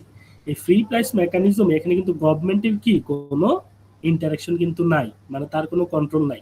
এখানে ডিমান্ড কার্ভ এবং সাপ্লাই কার্ভ একজন আরেকজনের কি ইন্টারাকশন হয়, এবং দুইটা এক জায়গায় ছেদ করে সেখানে market equilibrium price, market equilibrium quantity নির্ধারিত হয়। আচ্ছা, ধরো মার্কেট ইকুইলিব্রিয়াম প্রাইস হচ্ছে 10, কোনো একটা কারণে হঠাৎ করে মার্কেট মানে মার্কেট প্রাইস 15 হয়ে গেল। 15 হয়ে গেলে সমস্যাটা কি দেখো, 15 থেকে আমি যদি এইদিকে রেখাটা নিই, ডিমান্ড হচ্ছে আমার এতটুকু, এটা কিন্তু ডিমান্ড কার্ভ, খেয়াল করো, কিন্তু আমার সাপ্লাই কিন্তু এতটুকু। তার মানে আমার ডিমান্ড থেকে সাপ্লাই হচ্ছে কি বেশি, আমার ডিমান্ড হচ্ছে শুধু এতটুকু, কিন্তু সাপ্লাই হচ্ছে আমার পুরাটা। তার মানে বাজারে অনেক অবিকৃত পণ্য থেকে যাবে। কারণ কি স্বাভাবিক, দেখো ধর আলু কেজি এখন 30 টাকা মার্কেট ইকুইলিব্রিয়াম প্রাইস, হঠাৎ করে 50 টাকা হলো, সাপ্লাইয়াররা প্রচুর পরিমাণে সাপ্লাই দিবে 50 টাকা দেখে, কিন্তু যে কনজিউমার তার জন্য তো প্রাইস বেশি, সে কি করবে কম কনজিউম করবে। তো যার ফলে তার কি ডিমান্ড হবে কি কম, কিন্তু বাজারে সাপ্লাই তো অনেক। এজন্য এটাকে বলা হয় সারপ্লাস, অর্থাৎ ডিমান্ড এতটুকু কিন্তু আমার সাপ্লাই হচ্ছে পুরোটা। তো এই পুরো সাপ্লাই থেকে ডিমান্ডের পার্টটুকু বাদ দিলে বাকি যে পার্টটা থাকে এটাকে বলা হয় সারপ্লাস। আচ্ছা, নিচে থাকি যদি যদি হঠাৎ করে মার্কেট ইকুইলিব্রিয়াম প্রাইস থেকে কোনো একটা কারণে প্রাইস কমে গেল, ধরো 5 টাকা হয়ে গেল, তখন এইদিকে রেখা টেনে দেখো সাপ্লাই হচ্ছে এতটুকু আমার, এটা কিন্তু সাপ্লাই কার্ভ। তার মানে 5 টাকা প্রাইসে একজন সাপ্লায়ার মাত্র 50 ইউনিট হচ্ছে সাপ্লাই দিচ্ছে, কিন্তু 5 টাকা প্রাইসে একজন কনজিউমার 150 অ্যামাউন্ট কিন্তু সে ডিমান্ড করছে, সে প্রচুর পরিমাণে কনজিউম করতে চাচ্ছে, কিন্তু বাজারে কিন্তু সাপ্লাই কিন্তু কম 50, কিন্তু পুরো বাজারে কনজাম্পশন বা ডিমান্ড হচ্ছে 150। তার মানে এই বাকি যে 100 পয়েন্ট সেটা হচ্ছে কি শর্টেজ, বাজারে শর্টেজ রয়েছে। এখন ইনভিজিবল হ্যান্ড কেন বলা হলো? অ্যাডাম স্মিথ দাবি করছে কোনো একটা কারণে যদি এই মার্কেট ইকুইলিব্রিয়াম প্রাইস থেকে প্রাইস উপরে চলে যায় বা নিচে চলে যায়, যেটাকে মার্কেট ফেলার বলে, এই মার্কেট নিজে নিজে আবার ইকুইলিব্রিয়াম পয়েন্টে চলে আসে, উপর থেকে নিচে চলে আসে, নিচে থাকলে উপরে চলে আসে। মানে প্রাইস যদি 5 টাকা থাকে কিছুদিন এটা থাকে, কিন্তু এরপর আবার 10 টাকা চলে যায়। প্রাইস যদি কিছুদিন 15 টাকা থাকে কিছুদিন থাকে, এরপর আবার 10 টাকা চলে যায়। মানে মার্কেট ফেইলার হলেও নিজে নিজে মার্কেটটা আবার ঠিক হয়ে যায়। এটা হচ্ছে অ্যাডাম স্মিথের দাবি, ক্লাসিক্যাল ইকোনমিক্স যারা তাদের দাবি। এবং এজন্যই বলা হয় ইনভিজিবল হ্যান্ডের মাধ্যমে এই জিনিসগুলো কাজ করে, এবং এখানে ফ্রি প্রাইস ফ্রিলি মুভ করে উপরে নিচে, সরকারের কোনো এখানে হস্তক্ষেপ নেই। আমি কি বোঝাতে পেরেছি?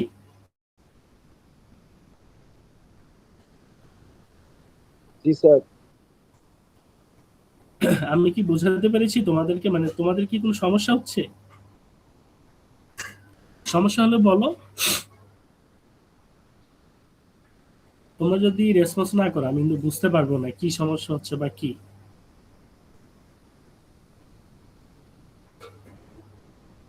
কারো কি কোনো সমস্যা হচ্ছে, বুঝতে কি অসুবিধা হচ্ছে?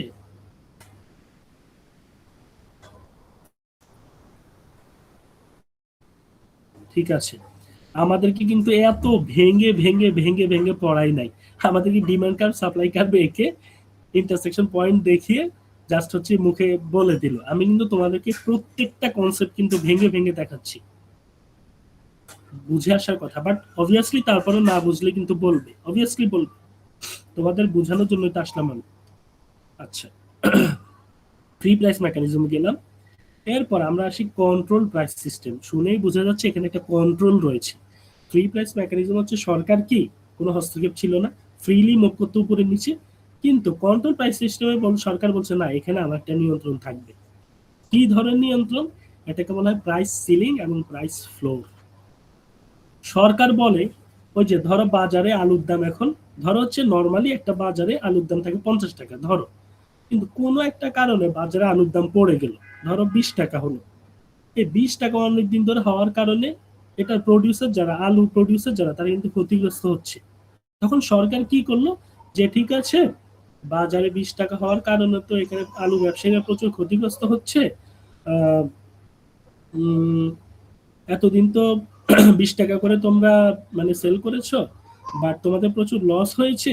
এই লসটাকে রিকভার করার জন্য আমি এখন আলুর দাম বাড়িয়ে ধরো 55 টাকা বা 60 টাকা আমি করলাম, এখন থেকে 60 টাকা আলু বিক্রি হবে। তো সরকার কিন্তু একটা ফ্লোর সে সেট করে দিল, সরকার কিন্তু বাজার নিয়ন্ত্রণ করছে। অথবা বাজারে দেখলো কোন একটা সিন্ডিকেট ব্যবসায়ী বা কোন একটা পণ্যের দাম অনেক বেড়ে গেল, তখন সরকার এন্ট্রি নিয়ে বললো যে না, এত প্রাইসে তোমরা এটা সেল করতে পারবা না। ধরো হচ্ছে ওই আমাদের যে মোবাইল সিম কোম্পানিগুলো, এটা কিন্তু অনেক দাম। তখন সরকার বলে যে না, এত দামে তোমরা সিম সেল করতে পারবা না, তোমাদেরকে দাম কমাতে হবে। অর্থাৎ এতদিন যদি তোমরা 250 টাকায় বিক্রি করতে, এখন থেকে 100 টাকায় বিক্রি করতে হবে। অর্থাৎ সরকার সেট করে দিচ্ছে উপরে একটা পণ্যের দাম উপরে কিরকম হবে, নিচে কিরকম হবে। এটাকে বলা হয় কন্ট্রোলড প্রাইস সিস্টেম। মজার বিষয়, একটা বলে প্রাইস সিলিং, একটা বলে প্রাইস ফ্লোর। এটা কিন্তু সবাই ভুল করে, উল্টা মানে পাল্টা করে ফেলে। আমিও ফার্স্ট ইয়ারে ভুল করেছিলাম যে কোনটা প্রাইস ফ্লোর কোনটা প্রাইস সিলিং, এটা একটু ঝামেলা পাকাই ফেলে। ভালো করে খেয়াল করো, এটা কিন্তু উল্টা। আমাদের ফ্লোর মানে ফ্লোর থেকে নিচে না, পায়ের নিচে, এখানে ফ্লোর কিন্তু উপরে, রিভার্স। আর সিলিং মানে সিলিং ফ্যান থাকে হচ্ছে উপরে, যেখানে সিলিং মানে হচ্ছে নিচে। ইকুইলিব্রিয়াম প্রাইসের নিচে হচ্ছে সিলিং আর উপর হচ্ছে ফ্লোর, রিভার্স প্রসেস। এটা একটু মাথায় রাখবা, তাহলে আর ঝামেলা লাগবে না। বাট আমার ঝামেলা লেগেছিল, আমি ফ্লোরের জায়গায় সিলিং, সিলিং এর জায়গায় ফ্লোর লিখে দিয়েছিলাম। বাট পরে আবার বুঝতে পেরে আমি আবার এটা কারেকশন করেছিলাম আর কি। আচ্ছা, যাই হোক, এই জিনিসটা আসলে কি বোঝাচ্ছে? ধরো এই যে পি স্টার এবং কিউ স্টার, সেটা কি market equilibrium price, market equilibrium quantity. সরকার যখন বলে দেয় যে না এই প্রোডাক্ট খুব কম দামে বিক্রি হচ্ছে এতদিন, তোমরা এখন এটা বেশি দামে বিক্রি করবে এত টাকায়, তখন এটাকে বলে প্রাইস ফ্লোর। আর যখন নিচে না এত টাকায় খুব বেশি দামে তোমরা বিক্রি করছো, তোমরা কম দামে বিক্রি করবে, তখন এটাকে বলে প্রাইস সিলিং। মানে অর্থাৎ এই সিলিং এর উপরে উঠতে দিচ্ছে না, সিলিং এর উপরে সরকার উঠতে দিবে না তোমাকে, মানে প্রডিউসার যারা আর কি, সাপ্লায়ার যারা। পাশে ছোট ডেফিনেশন আছে, পড়লে বই পড়লে আরো বুঝতে পারবে। এতটুকু পর্যন্ত কারো কোনো প্রশ্ন আছে কিনা, কোনো সমস্যা আছে কিনা?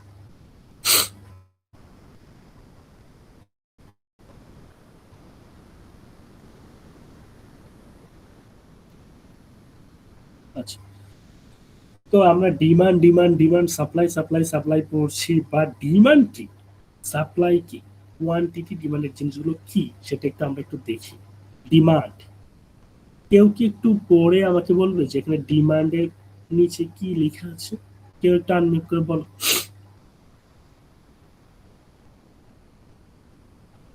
ডিমান্ডের নিচে ইফ ইউ ডিমান্ড, কেউ এটা একটু পড়ো।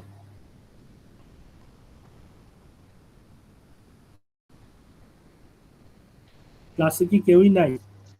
If you demand something, then you want it, can afford it, plan to buy it. আচ্ছা, তো যে পড়েছো সে কি আমাকে বলতে পারবে তুমি এটা পড়ে কি বুঝলে? এটা মানে হচ্ছে আমরা যখন কোনো জিনিস ডিমান্ড করি, মানে এটা আমরা চাই, আমরা এফোর্ড করতে পারবো, আমাদের কাছে সার্টেন অ্যামাউন্ট অফ মানি আছে যেটা দিয়ে আমরা এটা কিনতে পারবো, এবং ওইটা যদি না থাকে আমরা এটার জন্য একটা প্ল্যান তৈরি করতে পারবো, এবং ওই জিনিসটা আমরা একটা পরিমাণ মতো টাকা আমরা কিনতে পারবো। আচ্ছা, থ্যাংক ইউ। বাকিরা কি ওর সাথে একমত নাকি কোনো দ্বিমত আছে?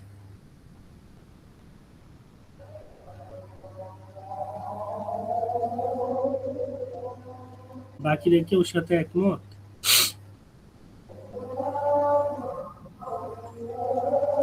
ডিমান্ড মানে আমি তখনই কোনো একটা জিনিস ডিমান্ড করি বা এটা বোঝায়, সেটা হচ্ছে আমি এটা চাই, আমি এটা কনজিউম করতে চাই, আমি এটা কিনতে চাই, আমি এটা এনজয় করতে চাই, অর্থাৎ আমি এটা অ্যাফোর্ড করতে পারি অবভিয়াসলি, এবং হচ্ছে আমার কেনার চিন্তা ভাবনা আছে, প্ল্যান টু বাই ইট, তখনই সাধারণত একটা ডিমান্ড বা চাহিদা বোঝায়। আর কোয়ান্টিটি ডিমান্ডেড, ভালো করে খেয়াল করো, ডিমান্ড কোয়ান্টিটি ডিমান্ডেড দুই জিনিস। The quantity demanded of a good or service is the amount that consumers plan to buy, নীল করে লেখা আছে plan to buy during a given time period at a particular price। অর্থাৎ একজন consumer সে হচ্ছে চিন্তা ভাবনা করে আমি এই অ্যামাউন্ট কিনবো, এই পণ্য এই অ্যামাউন্ট কিনবো, বা এই সেবা আমি এতটুকু গ্রহণ করব, প্ল্যান টু বাই, এটা হচ্ছে কোয়ান্টিটি।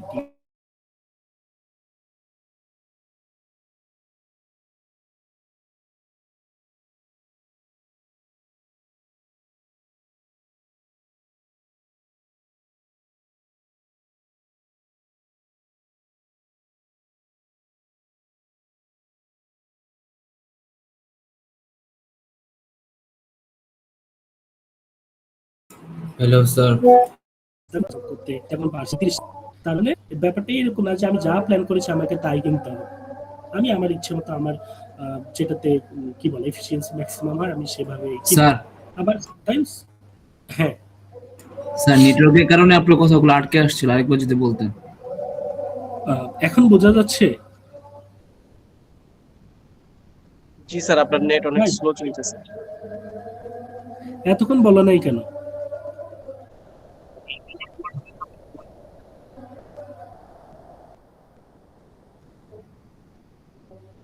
আচ্ছা, আমার ওয়াইফাইতে একটু ইস্যু আছে অবশ্যই। আমি গতকাল ওয়াইফাই অফিসে হচ্ছে ফোন করলাম যে প্রচুর প্যাকেট লস হচ্ছে এখানে, ওরা বললো যে ঠিক করে দিবে, বাট এরপরে তো আমি আর বুঝিনি, এখন অনলাইন ক্লাস নিতে এসে বুঝতে পারলাম যে সমস্যাটা হচ্ছে।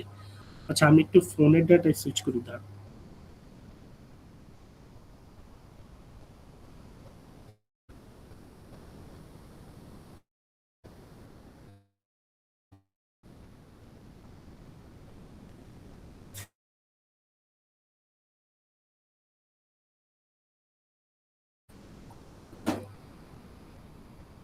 আমার কথা কি এখন বোঝা যাচ্ছে? জি স্যার। জি স্যার, বুঝা যাচ্ছে। আচ্ছা, এখন ঠিকঠাক মানে কথা ক্লিয়ার? জি স্যার। এতক্ষণ ধরে বুঝে নাই, আমাকে বলবা না? স্যার কনফিউজ ছিলাম সবাই। আচ্ছা, ওয়েট, আমি কি ক্লাস রেকর্ড শুরু করেছিলাম? আমি তো ভুলেই গিয়েছি। আমি ক্লাস রেকর্ড অনই করি না। আচ্ছা, তোমাদের ক্লাসে তো ক্লাস রেকর্ডটা আছে, রাইট? জি স্যার। মানে হচ্ছে, রেকর্ডিং তো হচ্ছে। জি স্যার। আচ্ছা, আমাকে একটু শেয়ার করো তাইলে। সরি, আমি খেয়ালই করিনি, আমি ক্লাস রেকর্ড অনই করিনি, মাত্র মনে পড়লো। আচ্ছা, তো আমরা যেটা হচ্ছে চিন্তা ভাবনা করছিলাম সেটা হচ্ছে আহ, মানে ব্যাপারটা এরকম না যে আমি যা প্ল্যান করছি, মানে আমি যা হচ্ছে চিন্তা ভাবনা করছি, আমাকে ব্যাপারটা এরকম না যে আমাকে সেটাই কিনতে হবে। আমি আহ, চিন্তা করলাম যে 50 কেজি কিনবো, বাট পরবর্তীতে আমি 30 কেজি কিনলাম, বিকজ আমার মনে হলো যে না, এটা আমার অ্যাফোর্ডেবল, বা এই মুহূর্তে এটাই আমার দরকার। আচ্ছা, তো sometimes the quantity demanded exceeds the amount of goods available, so the quantity bought is less than the quantity demanded. মানে কি, আমি এই যে কোয়ান্টিটি ডিমান্ডেড জিনিসটা যে হলো, এটা মাঝে মধ্যে কি এক্সিডও করতে পারে। Exceeds the amount of goods available. আমি প্ল্যান করছি আমি 50 কেজি কিনবো, কিন্তু বাজারে হয়তো এখন 30 কেজি সাপ্লাই আছে। হতে পারে কি না? হতে পারে। তার মানে তখন কি, so the quantity bought is less than the quantity demanded. তখন আমাকে 30 কেজি কিনতে হয়, আমি আর 20 কেজি সাপ্লাই হয়তো বাজারে নাই। তো এই জন্যই কম বেশি কিন্তু হতে পারে, এখানের মধ্যে অ্যাডজাস্টমেন্ট করতে হয়। আর law of demand, law of demand কি বোঝায়? Other things remaining the same. ভালো করে খেয়াল করো, other things remaining the same, এটাকে বলা হয় সেটেরিস পেরিবাস। সেটেরিস পেরিবাস। The higher the price of a good, the smaller is the quantity demanded, and the lower the price of a good, the greater is the quantity demanded. মানে কি, সবকিছু যদি constant থাকে, অন্য সবকিছু, তাহলে একটা প্রোডাক্টের প্রাইস যখন বেড়ে যায় তখন আমরা কি করি, সেটা কম কনজিউম করি। The smaller is the quantity demanded, quantity demanded com, but lower the price, মানে যখন প্রাইস কম থাকে তখন কি হয়, greater is the quantity demanded, আমরা সেটা বেশি পরিমাণে কি কনজিউম করি। এটাকে বলে ল অফ ডিমান্ড। এখন other things remaining the same কেন বলেছে? কারণ কি, অন্য কিছু যাতে এখানে প্রভাবিত না করতে পারে, আমরা সামনে দেখব। বাট এটা আমাকে বুঝতে হবে, আদার থিংস রিমেনিং দ্য সেম, অন্য সব কিছুকে যদি আমি কনস্ট্যান্ট ধরে নিই, একটা প্রোডাক্টের প্রাইস যখন বেড়ে যায় তখন কোয়ান্টিটি ডিমান্ডের হয় কি কম, আর প্রাইস যখন লো থাকে কোয়ান্টিটি ডিমান্ডের থাকে কি হাই। সো এটাকে বলা হয় ল অফ ডিমান্ড বা চাহিদা বিধি। Substitution effect versus income effect খুবই গুরুত্বপূর্ণ। সাবস্টিটিউশন ইফেক্টটা কি? কনজিউমার সুইচিং টু চিপার প্রোডাক্ট অ্যাজ প্রাইস ইনক্রিজেস। অর্থাৎ কোনো একটা প্রোডাক্টের বা কোনো একটা গুডসের যখন দাম বেড়ে যায় তখন মানুষ এর কাছাকাছি যে গুড সেটাতে হচ্ছে সুইচ করে। যেমন চা আর কফি, কফির দাম যখন অনেক বেড়ে যায় তখন মানুষ কি করে, কফি থেকে চায়ের দিকে সুইচ করে। এটাকে আমরা সাবস্টিটিউশন ইফেক্ট। আর ইনকাম ইফেক্টটা কি? A microeconomics term describing how changes to consumers' real income levels can affect their purchasing pattern. অর্থাৎ একজন মানুষের ইনকাম যদি বেড়ে যায় তখন তার পারচেজিং প্যাটার্নে যে চেঞ্জ দেখা দেয় সেটাকে বলা হয় ইনকাম ইফেক্ট। মানুষ যার ইনকাম বেশি বা যখন ইনকাম বেড়ে যায় তখন সে কি আগের তুলনায় বেশি কি কনজিউম করে। এখন ইনকামটা দুইভাবে বাড়তে পারে। ধরো তার ইনকাম আগে ছিল 20,000, এখন হলো 50,000, এটা একটা জিনিস। অথবা তার ইনকাম 20,000ই আছে কিন্তু জিনিসপত্রের দাম কমে গেল, সে আগে থেকে বেশি পরিমাণে কিনতে পারছে, মানে এটাকে বলা হয় রিয়েল ইনকাম, মানে তার রিয়েল ইনকাম বৃদ্ধি পাচ্ছে। আর 20,000 থেকে 50,000 এটাকে বলে নমিনাল ইনকাম। যাই হোক, নর্মাল গুড ইনফেরিয়র গুড, ইনকামের সাথে নর্মাল গুড ইনফেরিয়র গুড সম্পর্কিত। ভালো করে খেয়াল করো, নর্মাল গুড হচ্ছে কোনো একটা ধরো আমার ইনকাম বাড়লো 20,000 থেকে 30,000, ধরো নমিনাল ইনকাম দিয়ে আমি ব্যাখ্যা করি। তখন আমি কি করি, একটা প্রোডাক্ট বেশি পরিমাণে কনজিউম করি। আমার ইনকাম, ভালো করে খেয়াল করো, প্রাইসের সাথে কোনো সম্পর্কিত না, ইনকাম। আমার ইনকাম বেড়ে গেল, আমি এখন কি করি, আগে থেকে বেশি পরিমাণে কনজিউম করি। অর্থাৎ আমার ইনকামের সাথে কোন একটা প্রোডাক্টের যদি ইনকাম বেড়ে গেলে যদি কনজাম্পশন বাড়ায় দিই, ইনকাম কমে গেলে যদি কনজাম্পশন কমায় দিই, সেটাকে বলা হয় নর্মাল গুড। এবং আমাদের বাস্তব জীবনে বেশিরভাগ গুডস এন্ড সার্ভিসেস হচ্ছে কি নর্মাল, স্বাভাবিক। কারণ আমার ইনকাম যখন বাড়ে, ইনকাম যখন কমে, আমি ওই অনুযায়ী ডিফ্লেক্ট করি ওখানে। বাট ইনফেরিয়র গুডটা কি? ইনফেরিয়র গুড হচ্ছে আমার ইনকাম বেড়ে গেল, আমি ওই পণ্যের কনজাম্পশনটা কমিয়ে দিচ্ছি।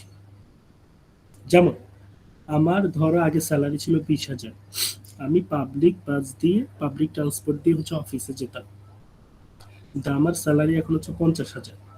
আমি ওই পাবলিক ট্রান্সপোর্টের কনজাম্পশন কমিয়ে দিয়ে আমি এখন আর ব্যবহারই করি, আমি হয়তো একটা এসি যে বাস বা হয়তো পাঠাওতে আমি সুইচ করলাম।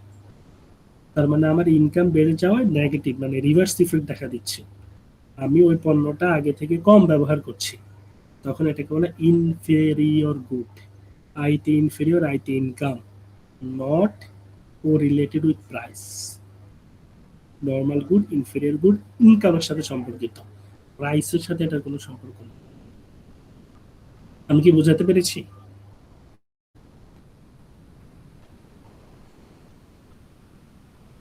স্টুডেন্টস, জি স্যার। আচ্ছা, ডিমান্ড কার্ভ এবং ডিমান্ড শিডিউল যেটা হচ্ছে বললাম, এই যে দেখো এখানে প্রাইসের সাথে কোয়ান্টিটির কিন্তু ইনভার্স রিলেশনশিপ। 0.50 যখন প্রাইস, তখন একজন কনজিউমার হয়তো বাইশ অ্যামাউন্ট, এটা কিন্তু ফিক্সেশন না, এটা জাস্ট একটা ইমাজিনেবল নাম্বার এখানে দেওয়া হয়েছে। যখন প্রাইস $0.5, তখন হচ্ছে সে 22 ইউনিট খরচ করছে বা কোয়ান্টিটি ডিমান্ড করছে। যখন প্রাইস বেড়ে যাচ্ছে, সে আগের তুলনায় কি কম ডিমান্ড করছে। আমরা জানি প্রাইসের সাথে কোয়ান্টিটি ডিমান্ড এটা হচ্ছে ইনভার্স রিলেশনশিপ, এবং সেটা পাশের ফিগারে দেখা যাচ্ছে, ফিগার 3.1, ফিগার 3.1 দেখা যাচ্ছে, এবং সেটা কি ইনভার্স রিলেশনশিপ এবং নিম্নমুখী। দেখো এই যে ই পয়েন্টটা দেখো, যখন প্রাইস হচ্ছে কি 2.50, তখন কোয়ান্টিটি ডিমান্ডেড কত 5, 2.50 5 2 ধরো হচ্ছে 7, তো 2 7। সো গ্রাফটা এমন ভাবে আঁকা হয়েছে, গ্রাফটা আঁকা হয়েছে মূলত এই টেবিল থেকে। এই টেবিলটা পরীক্ষায় দেওয়া থাকবে, তোমাদেরকে গ্রাফ আঁকতে হবে, অথবা এই টেবিল তুমি তোমার মতো করে একটা প্রাইস এবং একটা কোয়ান্টিটি তুমি সেট করলে, এরপর তুমি সেটা হচ্ছে গ্রাফের মধ্যে দেখাবে, এটা নিজের মতো করে দিতে পারবে। চেঞ্জ ইন ডিমান্ড, ডিমান্ডে কেন চেঞ্জ হয়, ভালো ভালো ভালো করে খেয়াল করো। দেখো এটা আগের যে ফিগারটা সেটাই 0.50 তে 22, 1 হলে 15, 1.50 হলে 10, 2 হলে 7, 2.50 হলে 5, আগেই মানে আগে যেটা ছিল। এখন দেখো সেম অ্যামাউন্ট অফ প্রাইসে ভালো করে খেয়াল করো, প্রাইস কিন্তু সেম 0.5, 0.5, 1, 1, 1.5, 1.50, কিন্তু কোয়ান্টিটি ডিমান্ডের হচ্ছে ডিফারেন্ট। দেখো এখানে 22, এখানে 32, এখানে 15, এখানে 25, এখানে 10, এখানে 20। কথা হচ্ছে কেন? তার মানে প্রাইসের কোনো পরিবর্তন হয় নাই, কিন্তু কোয়ান্টিটি ডিমান্ডের চেঞ্জ হয়ে গেল। So when any factor that influences buying plans changes other than the price of the good, there is a change in demand. অর্থাৎ প্রাইসের চেঞ্জ ছাড়া যখন বাইং প্ল্যানে চেঞ্জ হয়, কনজাম্পশনে চেঞ্জ আসে, তখন সেটাকে বলে চেঞ্জ ইন ডিমান্ড। তো এটা ছিল ইনিশিয়াল কার্ভ, অর্থাৎ এই যে এই প্রাইসে কোয়ান্টিটি, সেম প্রাইসে কোয়ান্টিটি বেড়ে গেল, অর্থাৎ কার্ভ হচ্ছে কি ডান দিকে শিফট করলো, এবং এটাকে বলা হয় increase in demand, increase in demand বা চেঞ্জ ইন ডিমান্ড। এখন কথা হচ্ছে আরেকটা জিনিস, এখানে এমন কি হতে পারতো না যে সেম প্রাইসে সে আগে থেকে কম পরিমাণে কনজিউম করছে? হতেই পারতো, তখন কার্ভটা হয়তো কোন দিকে, এদিকে বামে, সে এদিক থেকে এদিকে সরে যাচ্ছে। Factors bring change in demand. আমরা বলেছি প্রাইস ছাড়া অন্যান্য ফ্যাক্টর দ্বারা যদি নির্ধারিত হয় তখন হচ্ছে এটাকে চেঞ্জ ইন ডিমান্ড বলে। আর ল অফ ডিমান্ডে কিন্তু বলেছিলাম আদার থিংস রিমেনিং কনস্ট্যান্ট, প্রাইসের চেঞ্জ হলে যেটা হয় সেটা হচ্ছে ল অফ ডিমান্ড।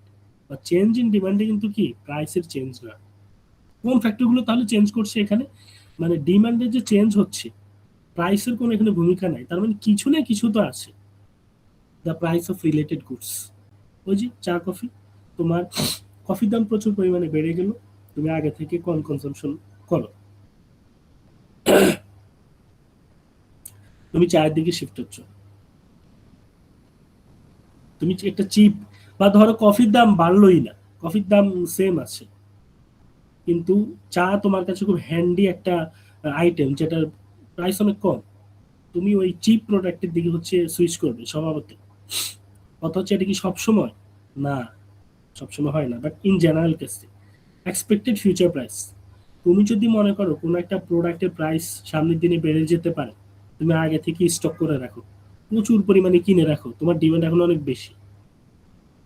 ইনকাম, তোমার ইনকাম বেড়ে গেল, তুমি আগে থেকে এখন কনজাম্পশন বাড়িয়ে দিয়েছো বা তুমি কমিয়ে দিয়েছো, ইনকাম কমে গেল। তারপর হচ্ছে এদিকে যে দেখতে পাচ্ছি না আমি, expected future income and credit, তুমি যদি মনে করো তোমার সামনের মাসের স্যালারি বাড়বে, তুমি এখন থেকে বেশি পরিমাণে কনজিউম করবে, এটা মানুষের মনস্তাত্ত্বিক বিষয়। আমি যদি মনে করি সামনে আমার হাতে টাকা আসবে, ওই যে আমি কি করি, একটা অনলাইন থেকে একটা ড্রেস বা একটা প্রোডাক্ট হচ্ছে অর্ডার দিয়ে রাখি আগে থেকেই, এটা একটা স্বাভাবিক প্রবণতা মানুষের মধ্যে। বা তোমার যদি প্রচুর পরিমাণে লোন থাকে, ক্রেডিট থাকে, মানে তুমি মনে করো সামনে হতে পারে, তুমি আগে থেকে কনজাম্পশন কি করো, কমিয়ে দাও। পপুলেশন, দেশে যখন প্রচুর পরিমাণে মানুষ থাকে, সোসাইটিতে প্রচুর পরিমাণে মানুষ থাকে, তখন ডিমান্ড থাকে অনেক বেশি, ডিমান্ড অনেক বেড়ে যায়, বা কম হলে কম। প্রেফারেন্স খুবই গুরুত্বপূর্ণ। ধরো সেভার একটা আইসক্রিম 30 টাকা, ধরো হঠাৎ করে এটা প্রাইস অনেক বেড়ে গেল, এখন তুমি কি স্বভাবত যে প্রাইস বেড়ে যাওয়ার কারণে এটা কনজাম্পশন কমায় দিবে? হয়তো কমাবে, কিন্তু তুমি যদি মনে করো যে না, ওই আইসক্রিমটা তোমার অনেক ফেভারিট, ওটা তোমার খেতে অনেক ভালো লাগে, তোমার পছন্দ, তুমি কিন্তু একটু বেশি টাকা দিয়ে হলেও কিন্তু তুমি কিনবে, কারণ ওটা তোমার ভালো লাগে। তার মানে প্রাইসের যে চেঞ্জ এখানে কিন্তু সেটা ওই কোনো প্রভাব রাখতে পারে নাই। তুমি ওই একই ইনকাম দিয়ে বা তোমার হাতে যে একই বাজেট ছিল সেটা দিয়ে তুমি হচ্ছে জিনিসটাকে কি কিনছো। সো অনেকগুলো ফ্যাক্টর এখানের মধ্যে কাজ করে ডিমান্ডের চেঞ্জ হওয়ার জন্য।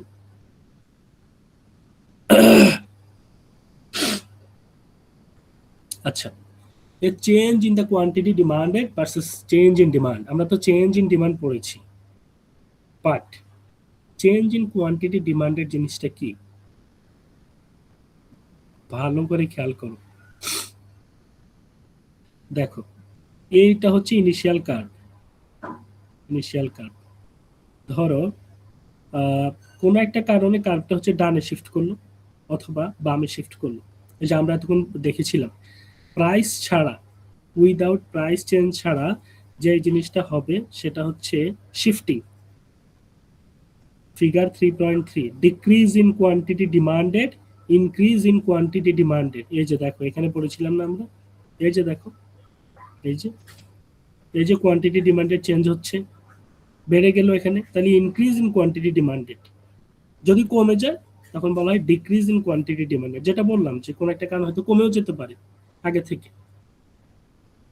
এটা initial curve, increase in quantity demanded, decrease in quantity demanded হতেই পারে। 3.3 এখানে ব্যাখ্যা আছে। এখন movement along the demand curve, shift of the demand curve, দুইটা জিনিস খুবই গুরুত্বপূর্ণ কনসেপ্ট। দেখো এখানে এই যে ইনিশিয়াল কার্ভটা, এখানে হচ্ছে এই যে একটা ব্ল্যাক পয়েন্ট, এখানে একটা পয়েন্ট, এখানে একটা পয়েন্ট। প্রাইসের যদি চেঞ্জ হয়, ধরো তুমি এখন ইনিশিয়ালি এই পয়েন্টটাতে আছো, ধরো প্রাইস বেড়ে গেল, তুমি এখন হচ্ছে কম পরিমাণে তোমার ধরো ডিমান্ড হচ্ছে কি বলে কম, তখন ধরো হচ্ছে এই প্রাইসে তোমার এই যে ডিমান্ড হচ্ছে ধরো এতটুকু কোয়ান্টিটি ডিমান্ড, কিন্তু প্রাইস যদি বেড়ে এই পয়েন্টে আসলো, মানে এই যে এই বরাবর, তুমি এখন কি আগের থেকে কম পরিমাণে মানে কনজিউম করছো না, তার মানে একটা কার্ভের মধ্যে তোমার মুভমেন্ট হচ্ছে, তুমি এখান থেকে এখানে যাচ্ছ। অথবা প্রাইস কমে গেল, তুমি কি করলে এই প্রাইসে এখন এই যে যখন এই প্রাইসে এতটুকু কনজিউম করতে, এখন এই প্রাইসে এতটুকু কনজিউম, তার মানে তোমার এই যে এতটুকু কনজিউম কি হলো, বেড়ে গেল। তার মানে প্রাইসের চেঞ্জের কারণে যখন তোমার এই যে কি হচ্ছে মানে চেঞ্জটা হচ্ছে, এটা হচ্ছে মুভমেন্ট অ্যালং দ্য কার্ভ, তুমি ওই কার্ভটার মধ্যে হচ্ছে মুভমেন্ট করছো। বাট যখন প্রাইস ছাড়া অন্য কোনো ফ্যাক্টর, মানে এই যে এগুলোর কারণে কোনো চেঞ্জ হচ্ছে, তখন কি হচ্ছে, আইদার ডানে যাচ্ছে না হয় বামে যাচ্ছে, তখন এটাকে বলা হয় শিফট, এটাকে বলা হয় শিফটিং, যে shifting the curve, rightward shift, leftward shift. But যখন প্রাইসের কারণে তুমি উপরে নিচে যাচ্ছ, তখন এটাকে বলা হয় movement along the curve. So এটাই হচ্ছে এখানের মধ্যে ব্যাখ্যা করা হয়েছে, movement along the demand curve, shift of the demand curve. এই যে শিফট বাট মুভমেন্ট, উপরে নিচে, এখান থেকে এখানে যাচ্ছি অথবা এখান থেকে এখানে আসছি, এটাকে বলা হয় মুভমেন্ট। এবং মুভমেন্টটা কখনো হয় প্রাইস যখন বাড়ে কমে। বাট প্রাইস ছাড়া যখন এগুলোর মাধ্যমে, এই ফ্যাক্টরগুলোর মাধ্যমে কোনো কিছু হয়, তখন সেটা কি হয়, shifting, either increase either decrease. হ্যাঁ, কোনো প্রশ্ন থাকলে বলো। স্যার আজকে কি বললো, না পড়ি, আচ্ছা হ্যাঁ আজকে এতটুকুই, এর বেশি আমরা যাব না। বললামই তো এখন থেকে ইন্টেন্সিভ ক্লাস হবে, ইকোনমিক্স কঠিন পড়তে হবে, বাট তোমাদের কাছে কঠিন বলে কিছু না, আমি মনে করি ইঞ্জিনিয়ারদের কাছে কঠিন বলে কিছু না, সো পড়তে হবে আর কি। বাট এতটুকু পর্যন্ত কোনো প্রশ্ন আছে কিনা, নেক্সট ক্লাসে আমরা হচ্ছে আর কি সাপ্লাইয়ের দিকে মুভ করব। বাট আজকে এতটুকু, এই পর্যন্ত কারো কোনো প্রশ্ন আছে কি না, বা কোনো কিছু যে আমি বুঝিনি বা এই একটু কি বলবে?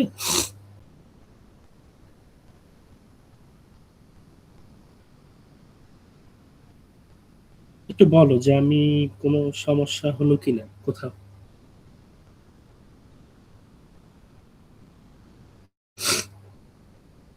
স্যার না স্যার। শিওর?